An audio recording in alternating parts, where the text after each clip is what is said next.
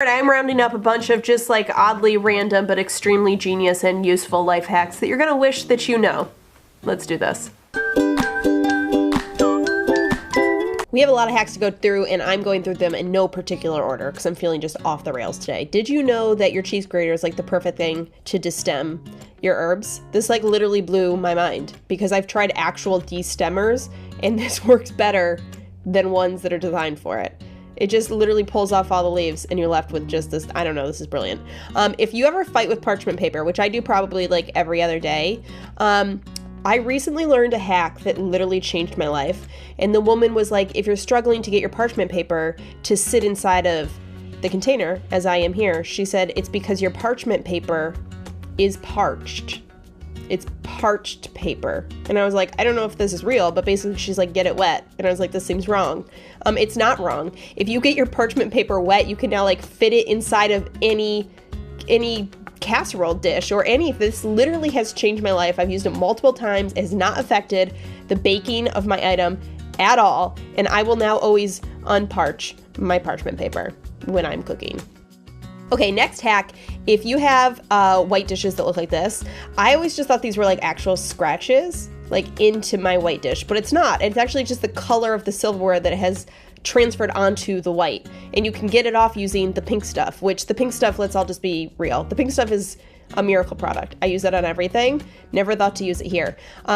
You literally can just pink stuff away all of the marks that are on your white dishes. This honestly, like I knew it was gonna work the first time I did it, and it still somehow blew my mind that the scratches went away. Anyways, pink stuff will take it off. Look at how beautiful these are.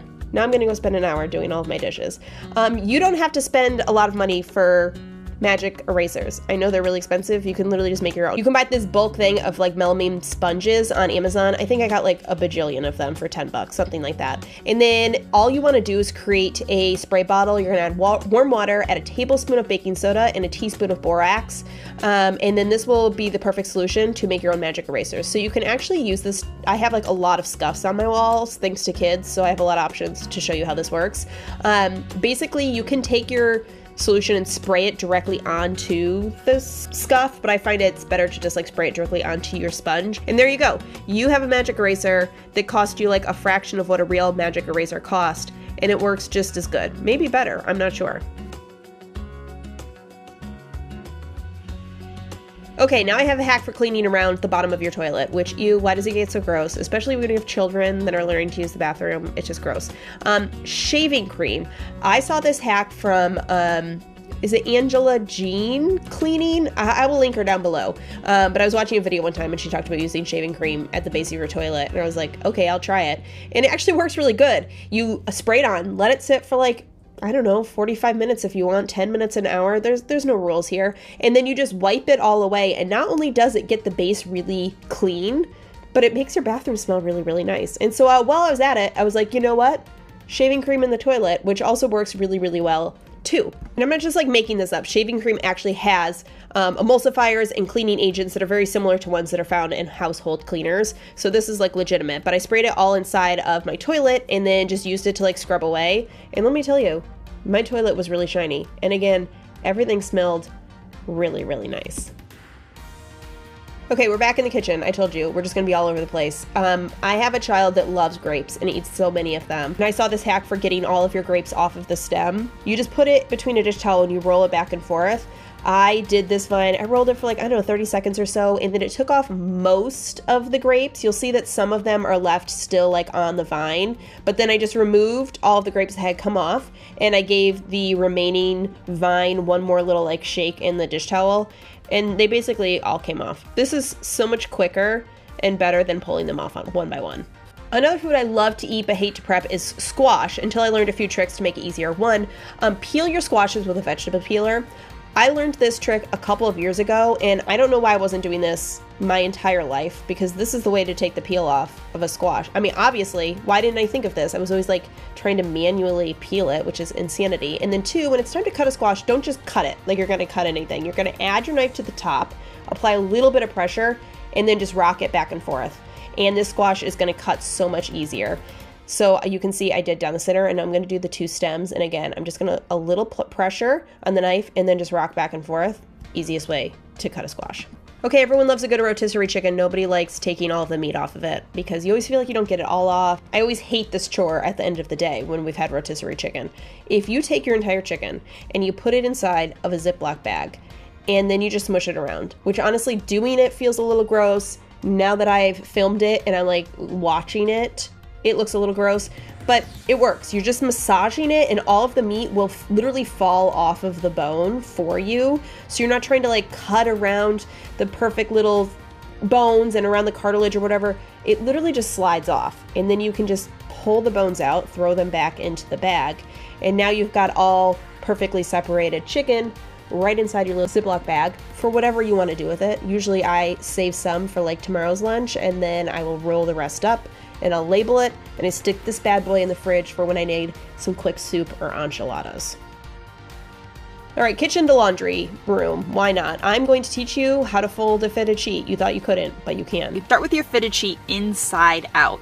And then what you're going to do is look for 2 corners. And I don't think it necessarily matters if you're doing a short side or a long side, but for the sake of this tutorial, I chose long sides. Essentially what you're looking for is the seam of the corner, and then you want to take your little fingers and make a little pinchy, little pinches, pincher fingers, like a lobster, or just a human being with 2 pinching fingers. You want to take your hand and you want to pinch at the final corner of each one. Pinch at the corner. So now you are holding 1 corner in your right hand, you're holding 1 corner in your left hand. You are then going to bring the right corner over to the left corner using your left hand. You're going to pinch, so you're now holding both corners, and you're going to fold the right corner over the left corner. To check that everything is done right, you should be holding 2 corners in your hand and the 2 seams should be lined up along the top together. What's most important with this method of folding fitted sheets is that the 2 corners and the seams are now together. Things are going to look kind of like a jumbled mess at the bottom. You're probably going to start sweating right about this time. If you're like me, you're like, I'm not doing this right. You are. Just stick with me, okay? Things are still messy. Work your way down to the bottom of the sheet area a little bit, and you're just going to take anything that's still inside out and make it right side out. Is it right side out? Whatever. Then you're going to pass what's in your left hand over to your right hand. It's just easier to work this way. You are going to go down to the bottom of the sheet and you're going to look for the 2 other corners. And you'll actually find the 2 corners have probably kind of found each other, so they're probably kind of nested and close to one another. But again, the point is your pincher finger is going to be grabbing both corners and you're going to be lifting it up. So now you're going to have 2 corners in your right hand with the seams on top of each other. You're gonna have 2 corners pinched in your left hand with the seams on top of them. And then again, you are going to bring your right hand over to your left hand.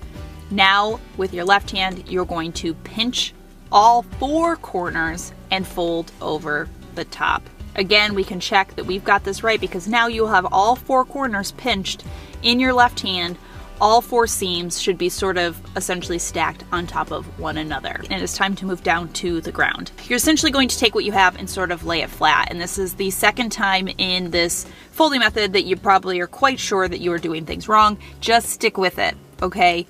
It's gonna come together. At this point, kind of don't worry too much about where the fitted edge is. We're gonna move over to the opposite corner and you're gonna be able to make this into sort of more of a right triangle. So don't worry too much about the bunched end and sort of focus on the other edge, getting a nice 90-degree angle, if you will, out of your sheet. And then just sort of place the rest of the sheet as you go to create as much of a rectangle as you can. So we're gonna start from the edge that has the most like bunching. We're gonna fold the whole thing into thirds the long way, the hot dog way. And then you're going to fold it over one more time, press it nice again to get it as flat as you can. Then you're going to start from the end that has the most like excess fabric, again where those corners are, where that excess bunching is. You're going to fold over once and then you're going to fold over again.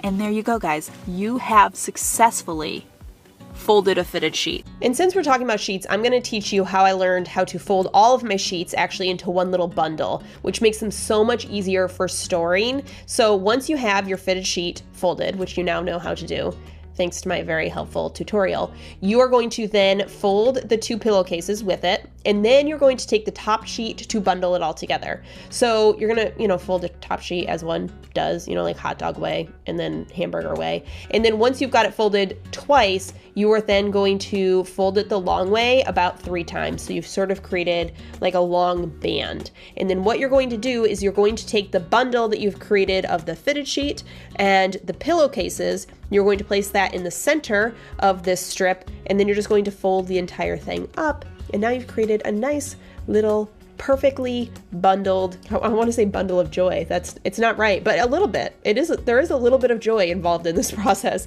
And now you can easily store all of your sheets together. You know exactly where all of the pieces are. When you need to pull out your sheets, you're like, I know exactly where the fitted and the top and the pillowcases are. All right, and since we're talking about folding, I got to share with you one of my favorite folding hacks that I've shared a lot, and that has to do with bath towels and beach towels. Folding them like this is not the way to go because they're going to fall apart. They're going to get messy. You're going to reach for one and the one underneath is going to fall. You want a spa fold your towels, especially beach towels, because it makes it so easy to throw them into tote bags, into your kids' swim bags or whatever. So let me teach you how to spa fold. It looks nice, doesn't it? It's fancy. It's really easy. So start by just throwing you can place it. You don't have to throw it. Put it on the ground and you're going to fold one corner over and then fold down from the top. And then you're going to flip the whole thing over. And then you essentially just roll up from the not diagonal end. You want to roll it as tight as possible, but you don't have to be super crazy about it. And once you get to the very end, you essentially are just going to take the little flap of that diagonal end and tuck it in.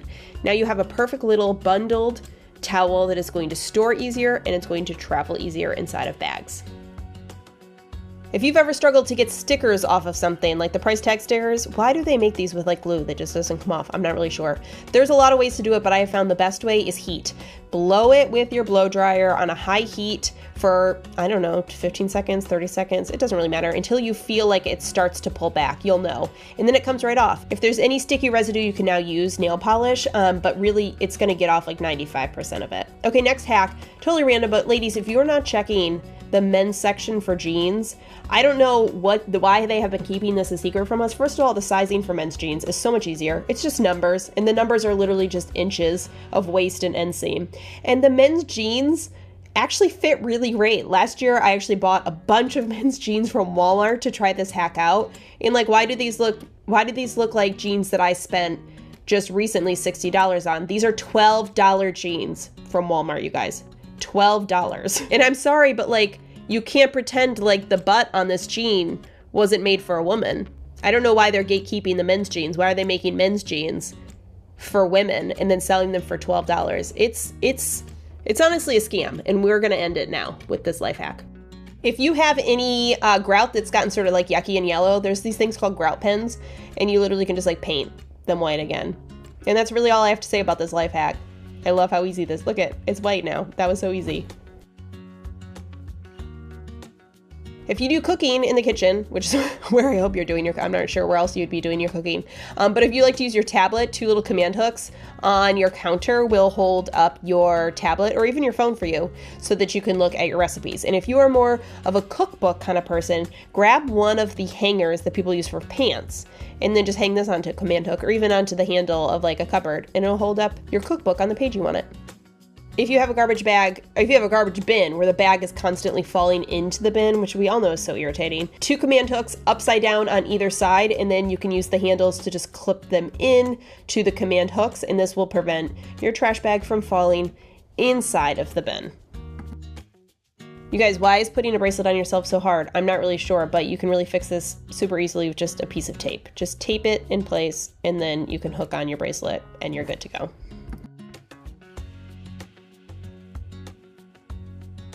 If you ever have a Tupperware that's gotten stained with red sauce, which is all of us, because who doesn't love good red sauce as a leftover? It's one of the best leftovers there is. A little dish soap with a paper towel and some warm water. Put it into the Tupperware, shake it up real good, and then you're going to pour the water out. You can see literally here all of the color came out into the water, and now you have a nice, clean, clear Tupperware.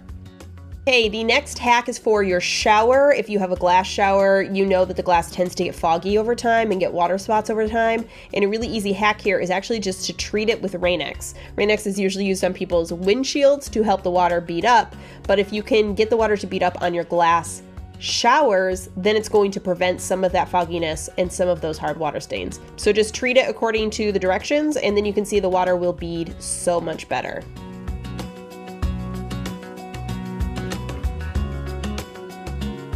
Okay, this is super random, but I learned this about a Scrub Daddy. I don't know how I didn't know this, but it's designed very specifically. The smile is not just, it's cute, but it does multiple things. One, it's perfectly designed to go inside of bowls and cups. Two, the mouth is the perfect size for spoons. And then the little eyeballs is the perfect size for like grabbing knives and other cooking utensils. It's cute, but also designed purposefully.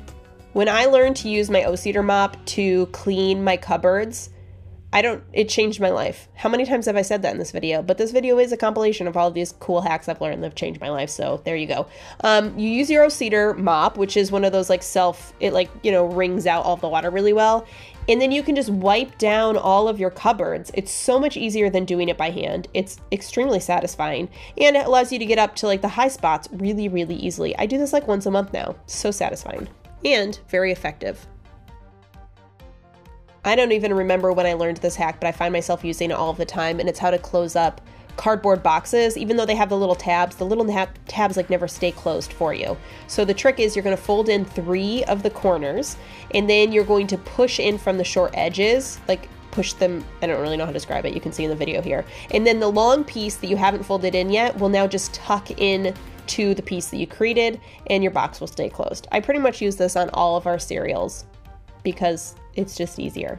Okay, so this hack is for Band-Aids, and it's how to get Band-Aids off without them hurting, which I feel like is an especially good hack to have if you have children. So I have a Band-Aid here, and I am going to put it onto my arm, like where you have those fine little arm hairs, because everybody knows that's the worst place to take a Band-Aid off. I'm already regretting this a little, because like what if it doesn't work? It will, I know it will work. I've done this before. Okay, you want some Vaseline or some petroleum jelly. We're gonna just put that onto the Band-Aid. The best thing to do is just kind of let it sit for 10 minutes or so. Okay, so it's been like 15 minutes or so. And so now we'll just be able to peel this Band-Aid right off. It stuck a little bit, as you could see, but it didn't stick to any of my hair. It didn't hurt for it to come off at all. So this is a great hack if you don't wanna have to take a Band-Aid off a place with hair, or you have kids that are funny about Band-Aids. As always, thank you so much for stopping by and watching. I hope you're having a fantastic day. Remember to be kind to yourself and others, and I will see you all in my next video.